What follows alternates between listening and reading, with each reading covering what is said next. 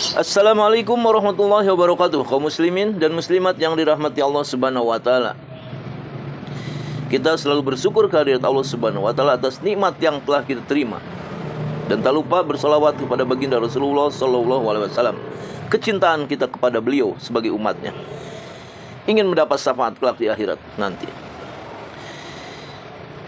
Kali ini saya akan istilahnya berbagi info, ataupun kemarin ada yang sempat menanyakan siapa itu Wahabi. Sekarang akan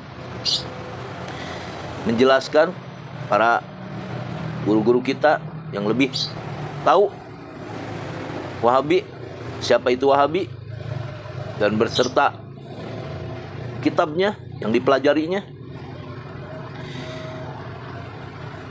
Silahkan untuk dipahami dan dimengerti siapa itu Wahabi. Jadi di sini intinya kita sesama muslim itu harus bersaudara, tidak boleh berpecah belah. Jangan sampai golongan satu dengan golongan lain itu berpecah belah. Itu yang tidak saya harapkan, kita semua harapkan sebagai umat muslim. Kita ingin semua umat muslim itu berpelukan, karena kita sebagai saudara.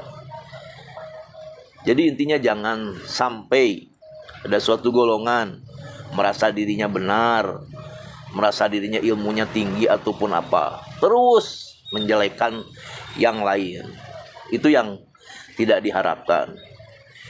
Kalaupun perbedaan itu boleh-boleh saja, tapi tetap persaudaraan itu harus kita jaga, silaturahmi harus kita jaga. Kalau ini jangan sampai ada yang seperti ini. Ini yang menurut pengalaman dari beliau-beliau yang pernah menjadi mantannya sendiri. Bahkan pengalaman kalau belum masuk ke golongannya mereka itu dianggapnya kafir atau apalah, bukan golongan mereka. Nah itu yang tidak diharapkan. Kalaupun itu sesama muslim, itu jangan sampai terjadi hal seperti itu. Itu yang akan merusak persaudaraan. Ini yang saya juga sedih mendengarnya. Bahkan ada seorang mantan pernah di suatu golongan itu, beliau mengutarakan. Silakan untuk dipahami lah. Intinya sesama muslim itu kita harus saling rangkul, saling membantu. Ukhuwah kita harus kita terus jaga. Jangan sampai berpecah belah. Ini kesatuan, persatuan kita sama umat muslim.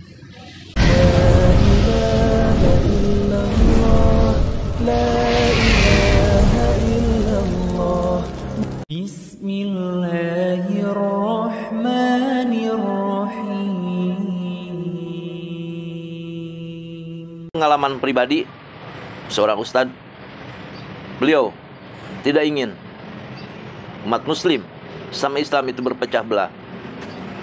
Intinya beliau mengundurkan diri dari golongan tersebut.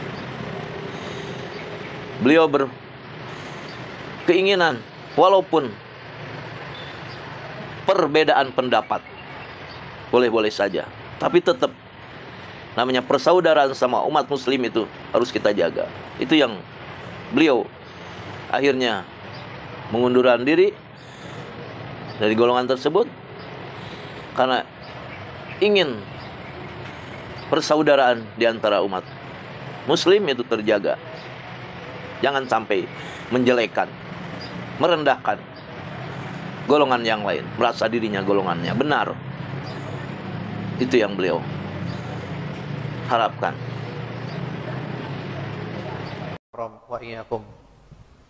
Yang penting kita berusaha saja disampaikan. Kami ceramah seperti ini, Bapak Ibu keliling kemana-mana. Dan banyak di YouTube, banyak di internet. Dan ternyata Alhamdulillah banyak yang sadar. Banyak yang sadar Bapak Ibu. Karena orang itu ada titik jenuh. Ketika sudah berada di titik jenuh, nah dia mulai siap untuk sadar. Ya. Terutama orang baru tobat, itu masih keras-kerasnya. Setelah itu dia bosan sendiri. Setelah bosan sendiri, nah baru mau dengar ceramah kita, gitu loh. Oh, ternyata enak ini ya, ikut ini saja saya. Nah kemarin nggak mau. Kami dulu ketika masih keras, Bapak Ibu, ini pengalaman pribadi. Dan sekarang baru sadar kami, ternyata saat itu kami sombong dan ujub. Itu dua sifat. Sombong dan ujub, tapi nggak sadar. Sekarang kami baru sadar. Sehingga mereka-mereka yang belum sadar itu, sombong dan ujub. Kenapa sombong dan ujub? Karena mereka tidak mau menerima kebenaran kalau dari luar kelompoknya. Itu sombong. Yang kedua, ujub. Karena mereka merasa lebih baik dari yang lain, mereka merendahkan yang lain. Kami dulu begitu, dan sekarang kami baru sadar. Kami bersyukur kepada Allah, Bapak Ibu. Dulu ketika kami masih di seperti itu yang ada itu kebencian. Orang sepandai apapun, kalau di luar kelompok kita, nggak ada nilainya di depan mata kita. Nggak ada nilainya, nggak ada harganya. Itu sudah dicuci otak seperti itu. Tapi setelah kami putuskan keluar, kami mau membuka diri, kami tambah referensi pengajian, baca buku, Masya Allah, luar biasa. Ini ilmu lautan yang nggak bertepi. Sehingga kami sekarang walaupun beda pendapat tetap saling cinta. Ustadz Abdul Somad, Ustadz Salim Afillah, Ustadz Felix Shaw, Ustadz Mustafa Umar, Ustadz Fauzil Azim, dan yang lain-lain, Ustadz Umar Mita, kami saling cinta karena Allah. Walaupun ada beberapa perbedaan di antara kita. Toh intinya sama, kita sama-sama Ahlus Sunnah wal Jamaah. Jadi nunggu titik jenuhnya, Bapak Ibu. Ya didoakan aja, doakan dapat hidayah. Iya, itu nggak sadar. Ibaratnya orang kerja di pabrik kulit, Bapak Ibu. Pabrik kulit itu baunya enak atau nggak enak? Bau nggak enak. Pabrik kulit baunya nggak enak. Tapi yang kerja di sana itu nggak bau. Karena hidungnya sudah terbiasa bau nggak enak.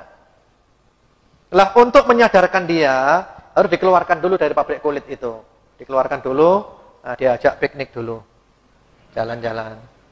Untuk dinormalkan dulu hidungnya.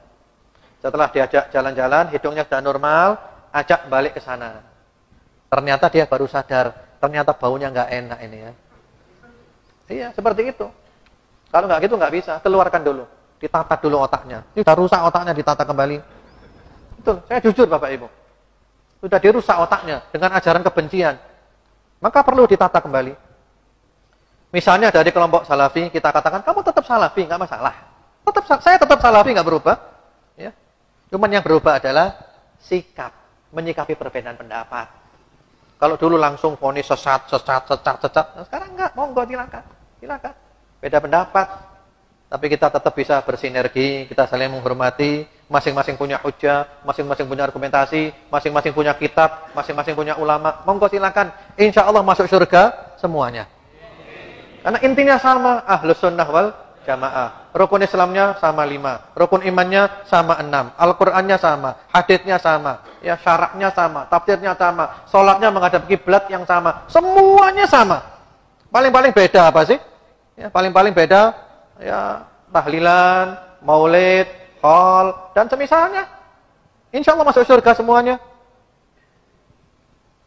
Seperti itu. Jadi ya kita terangkan saja, mereka mau alhamdulillah. Mereka nggak mau, yang penting kita terus menjelaskan, memberikan pencerahan, kita mendoakan. Insya Allah, kebenaran itu ada cahayanya. Dan insya Allah, dan cahaya itu akan masuk ke dalam hati orang yang memang siap untuk menerima cahaya itu. Jujur, kami dulu keras Bapak Ibu. Sehingga kalau ada teman-teman yang keras, kami nggak kaget. Kami hanya mengatakan, saya sudah melewati masa-masa seperti itu. Ya. Atau bahasa mudahnya itu, sudah khatam lah. Sudah khatam, sudah tobat, sudah. Alhamdulillah, terima kasih ya. Yang lainnya aja. Ini ada para ustadz kita pun akan menjelaskan siapa itu Wahabi dan kitab yang dipelajarinya pun silakan untuk disimak biar jelas pemahamannya. Karena ustadz kita pun menjelaskan dengan sejelas-jelasnya, sedetail-detailnya, dengan ilmunya beliau. Sebenarnya Wahabi itu apa Ustaz? Ngomong ke Wahabi. Wahabi itu pengikut Muhammad bin Abdul Wahab. Tu Wahabi. Namanya dulu Wahabi. Wahabi ni nama pendirinya, muasisnya Muhammad bin Abdul Wahab. Dia kakak beradik. Nama kakaknya namanya Sulaiman bin Abdul Wahab. Yang dia ni namanya Muhammad. Jadi Muhammad satu, Sulaiman satu. Ayahnya namanya Abdul Wahab. Ayahnya ulama sufi. Kakaknya ulama sufi yang membolehkan zikir, yang membolehkan tawasul. Ayahnya dan saudaranya ni akan dibunuhnya karena berbeda pemahaman dengan dirinya. Dikejarnya, akan dibunuh. Sehingga kakaknya yang bernama Sulaiman ini berkesempatan mengarang kitab. Itulah kitab yang beliau karang. Beliau beri dengan nama Sawa'iqul Uluhiyah fi Raddadil Wahabiyah. Kakaknya yang mengarang, Sulaiman bin Abdul Wahab. Saya punya kitabnya. Kakaknya menceritakan betapa bahayanya pemahaman adiknya. Adiknya mengkafirkan orang yang tidak seide dengan dia. Adiknya berani membunuh orang yang tidak seide dengan dia, yang tidak sepemikiran dengan dia. Karena sudah buruk dari masa ke masa, masa ke masa, masa ke masa. Cerita tentang Wahabi ini berdarah kasusnya dahulu kala. Maka hari ini ditukarlah nama itu, dipoleslah dengan Salafi. Sebenarnya itu jualnya. Seboleh dua boleh. Tak jauh beda. Salafi. Diangkat pula lah seorang ulama jadi tokoh yang diagungkan di Salafi. Itulah beliau bernama Syekh Nasiruddin Albani. Oh, Salafi mengikut kepada salafun salih. Orang-orang awam yang tak tahu, oh ni yang benar ni salafun salih. Padahal di dalamnya adalah aliran dan pemahaman Wahabi. Panjang cerita tentang Wahabi kau. Tak sudah-sudah pokok sampai jam 1 tentang Wahabi kau. Apakah itu Wahabi? Apakah sebenarnya yang diperjuangkan? Dipersilakan Fadil Ustaz. Wahabi bisa tengok kitab yang ditulis oleh Mufti Syafi'iyah.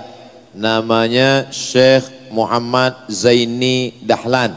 Syekh Muhammad Zaini Dahlan faqih, ahli fiqih. Dan dia juga seorang ahli hadis. Makanya semua sanad-sanad, hampir semua sanad-sanad Sahih Bukhari, saya menulis risalah doktorah Syekh Muhammad Hasim Asy'ari wa juhuduhu fi khidmati sunnah fi Indonesia. Maka di atas itu dia mengambil Sahih Bukhari ini dari Syekh Mahfud At-Tirmidzi. Kemudian dari guru-gurunya salah satu nama dalam sanadnya itu adalah Syekh Muhammad Zaini Dahlan, mufti mazhab Syafi'i di Hijaz. Hijaz itu maksudnya Makkah Madinah dulu. Maka dia ada menulis nama kitabnya Fitnatul Wahhabiyah. Apa yang dimaksud dengan Wahhabiyah? Mengikut Syekh Muhammad bin Abdul Wahhab. Apa yang diperjuangkan? Memerangi takhayul, bid'ah, khurafat. Maka selalu mengatakan ini bid'ah, ini bid'ah, ini bid'ah, ini bid'ah. Oleh sebab itu, tapi yang tidak digemari adalah hanya berpegang kepada satu qaul saja.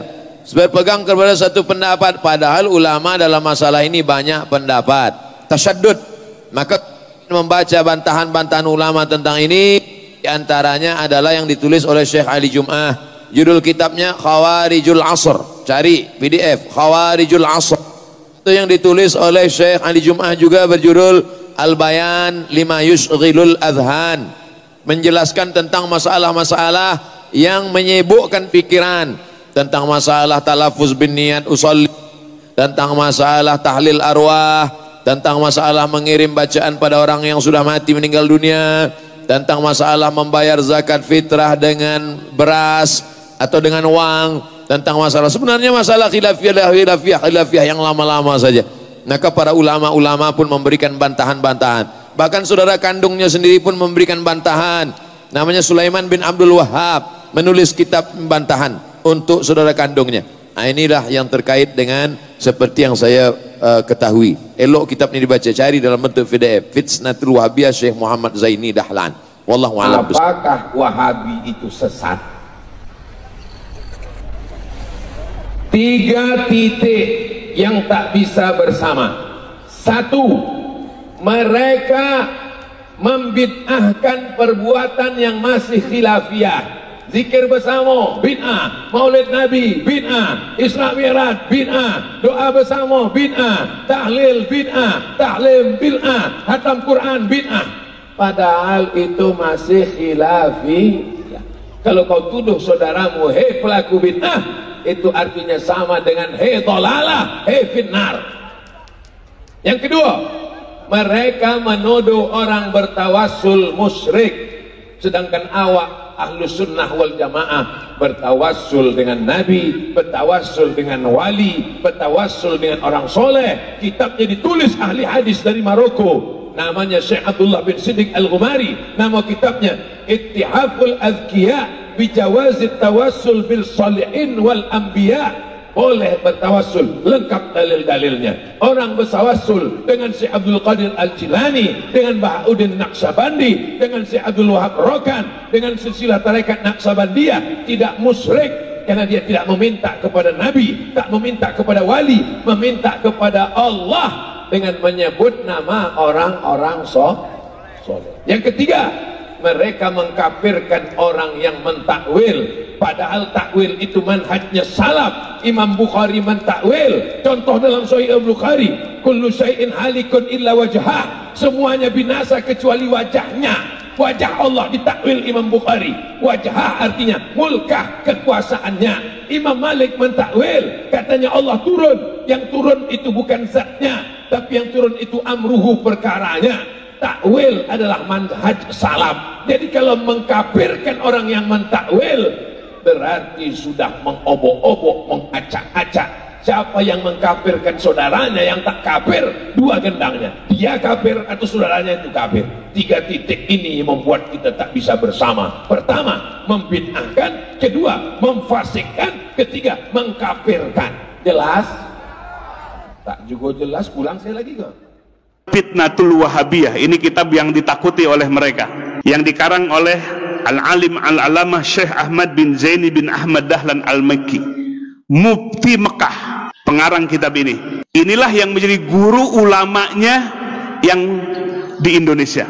Murid-murid beliau diantaranya pertama adalah Syekh Khalil Al-Bangkalani dari Madura, murid beliau. Yang kedua adalah Syekh Ahmad Khatib Al-Minangkabawi dari Minangkabau, Sumatera Barat, murid dari Syekh Ahmad bin Zaini bin Ahmad Dahlan. Yang ketiga adalah Syekh Nawawi Al-Bantani dari Banten, dan banyak murid-murid yang lain, murid-murid beliau yang jadi ulama di Indonesia. Nah, beliau dalam kitab ini disebutkan, Bapak Ibu sekalian, beliau hidup di abad ke-13 Hijriah, menyaksikan langsung, beliau mufti Mekah bermadhab Syafi'i. Beliau menjelaskan dalam kitab ini dari sisi tarikh dan sejarahnya beserta ajaran dari Wahabinya. Dari sisi kesejarahannya, Bapak Ibu sekalian, bahwa Muhammad bin Abdul Wahab ini sudah diprediksi oleh ayahnya sebagai mufti, oleh saudaranya dan kibarul ulama pembesar, bahwa orang ini akan menyebarkan kesesatan yang besar. Sehingga terbukti Muhammad bin Abdul Wahab ini mengkafirkan orang-orang muslim. Wa tusila bizalika ila takfiril mukminin. Jadi mengkafirkan orang-orang yang beriman. Maka selain daripada yang mengikuti mazhabnya adalah musyrikin. Itu pandangannya. Sehingga Bapak Ibu sekalian, pertama, faza'ama ana ziyarata qabrin Nabi SAW, sesungguhnya dia menyangka berziarah ke kuburan Nabi, wa tawassuli bihi, bertawassul dengannya, wabil anbiya, dan kepada para nabi, wal aulia, dan kepada wali, wasolihin, dan orang-orang soleh, wa ziyarati quburihim, dan menziarahi kubur mereka, syirkun syirik. Jadi kita ziarah ke Wali Songo syirik, bertawasul syirik, yang suka tawasulan. Wa anna nidaan Nabi sallallahu alaihi wasallam inda tawasul, menyebut Nabi, ya, nida kepada Nabi, memanggil Nabi dalam tawasul, syirkun syirik. Dulu Muhammad bin Abdul Wahab ini bekerja sama dengan seorang amir di mana? Di daerah Diryah. Ya, Diryah itu di sekarang Saudi Arabia, di Najd. Ya, bekerja sama dengan seorang amir Ad-Diryah, namanya adalah Muhammad bin Saud, sehingga negaranya sekarang disebut Saudi Arabia. Nah, inilah kolaborasi antara Muhammad bin Abdul Wahab dengan Muhammad bin Saud. Yang satu ambisi kekuasaan, yang satu ambisi dengan pemahamannya, ingin menyebarkan pemahamannya. Sehingga di dalam sejarah, ke dalam kitab Fitnatul Wahabiyah ini, jumlahnya tidak terhitung yang dibunuh oleh pemahaman ini, dengan jumlah yang sangat banyak, karena memadukan kolaborasi antara penguasa dengan orang yang menyebarkan madhab Wahabi ini. Jumlahnya tidak bisa dihitung. Di Taif, di Jeddah, di Mekah, banyak manusia yang meninggal. Bahkan terakhir Bapak Ibu sekalian, ketika merebut Hijaz Mekah dan Madinah, mereka menggunakan senjata Inggris untuk membunuh kaum muslimin. Dalam kitab ini, dan banyak kitab-kitab yang lainnya. Maka disebutkan dalam kitab ini, musibah terbesar yang menimpa umat Islam sepanjang sejarah umat Islam adalah fitnahnya Wahabi ini. Maka sekarang Bapak Ibu sekalian, mereka ganti kulit, nggak mau disebut Wahabi, maunya disebut Salafi. Padahal paham yang mereka pelajari dan kitab-kitab inilah yang mereka pelajari semua. Jadi Bapak Ibu sekalian, ini sungguh memprihatinkan. Kenapa? Karena mereka menggunakan pemahaman seperti ini, pemahaman yang merusak, yang membelah-belah kekuatan umat Islam, yang memecah belah kaum muslimin. Kaum muslimin disebut orang musyrik, bahkan lebih syirik dibandingkan dengan Abu Jahal dan Abu Lahab. Sungguh kejam Bapak Ibu sekalian paham ini. Bagaimana kalau anak-anak kita mesantren di tempat itu melahirkan orang-orang yang kasar, yang radikal seperti itu. Maka oleh sebab itu, kita jangan kecolongan. Kita bukan memecah belah umat, tapi mereka yang memecah belah umat dengan kitab-kitab yang dihadirkan dan pergerakan dakwah mereka, terutama di Indonesia setelah Presiden Soeharto lengser. Mereka berleluasa, biaya dana yang besar dari Saudi Arabia, dari Kuwait, dari Qatar, masuk ke Indonesia untuk menggerakkan, menyebarkan pemahaman ini. Maka oleh sebab itu Bapak Ibu sekalian, kita sebagai warga ahli sunnah wal jamaah, warga Nahdiyin, punya kepedulian besar untuk melindungi umat dari pemahaman yang radikal seperti ini. Takfirul mukminin, mengkafirkan orang-orang yang beriman. Maka oleh sebab itu Bapak Ibu sekalian, di tempat yang mulia ini, di Yaumil Ijtima ini, bukan tidak beralasan kita mencegah mereka, sangat beralasan, karena kita lihat langsung kitab-kitabnya, bukan katanya kolak wakila, tapi langsung dari sumber-sumber ajaran mereka. Dan terbukti dari poin-poin yang tadi disebutkan, ini semua adalah pemahaman yang sudut, yang keluar dari sawadul a'lam, yang keluar dari manhaj Ahlussunnah wal Jamaah. Kita dicabik-cabik persaudaraan kita. Maka oleh sebab itu, kita bukan karena kebencian. Ingat Bapak Ibu sekalian, bukan kebencian kepada mereka, tapi pemahaman mereka lah yang syad, yang keluar dari sawadul a'dham, dari mayoritas umat ini. Dan mereka yang memusyrikan kita lah bahkan lebih musyrik daripada Abu Jahal dan Abu Lahab. Maka oleh sebab itu, mari kita lindungi masyarakat kita, wilayah kita, dari ajaran-ajaran seperti itu. Ya, kita tidak akan bisa melihat sepintas, tapi yang harus kita lihat adalah kitabnya, rujukannya, marojeknya, sehingga kita akan melihat gambarannya seperti apa. Maka hampir di mana-mana Bapak Ibu sekalian, kegaduhan di masjid-masjid karena ajaran seperti ini yang diajarkan. Begitu Bapak Ibu sekalian situasi kondisi kita. Mari kita jaga masyarakat kita, warga kita dari pemahaman-pemahaman radikal, pemahaman-pemahaman yang menuding orang lain kafir, yang menuding sesama saudaranya sebagai orang musyrik. Hadirin wal hadirat rahimakumullah, itulah yang bisa disampaikan pada kegiatan Yaumul Ijtima ini. Bukan kebencian, kita tidak menuding mereka kafir. Tidak boleh menuding ahli kiblat dengan musyrik atau kafir. Pantangan dalam Ahlussunnah wal Jamaah. Bahkan yusolli khalfal fajir. Ahlussunnah wal Jamaah itu sholat walaupun di belakang imam orang yang fajir. Menunjukkan al-jamaah, kebersamaan yang harus kita kedepankan, bukan memecah belah. Itulah sifat dari Ahlussunnah wal Jamaah. Tapi sifat-sifat yang ada dalam pemahaman kitab Wahabi ini adalah sifat-sifat memponis. Ayat yang diturunkan kepada orang kafir dan musyrikin malah dipakai kepada sesama, kepada orang yang beriman. Ini adalah karena tidak menggunakan kaidah tafsir, merujuk Quran dan Sunnah tanpa menggunakan kaidah-kaidah yang benar yang ditetapkan oleh para ulama. Mudah-mudahan Bapak Ibu sekalian, Allah jaga lingkungan kita, Allah jaga masyarakat kita dari pemahaman yang menghancurkan ukhuwah persaudaraan. Insyaallah ini bermanfaat untuk kita semua. Intinya di sini kita saling jaga persaudaraan kita sama umat muslim terutama ini. Jangan sampai berpecah belah. Jangan sampai merasa dirinya golongannya benar terus memojokkan. Itu jangan sampai memojokkan golongan yang lain. Padahal itu sama umat muslim sendiri. Kita harus saling mengayomi ataupun saling sama umat muslim, bersaudara, saling membantu ataupun saling berangkulan. Persaudaraan kita jangan sampai putus, jangan sampai berpecah belah. Perbedaan boleh-boleh saja, silahkan, tapi jangan sampai saling menyudutkan, merasa dirinya benar, apalagi sampai bilang kepada golongan yang lain itu kafir. Auzubillah. Insya Allah bermanfaat.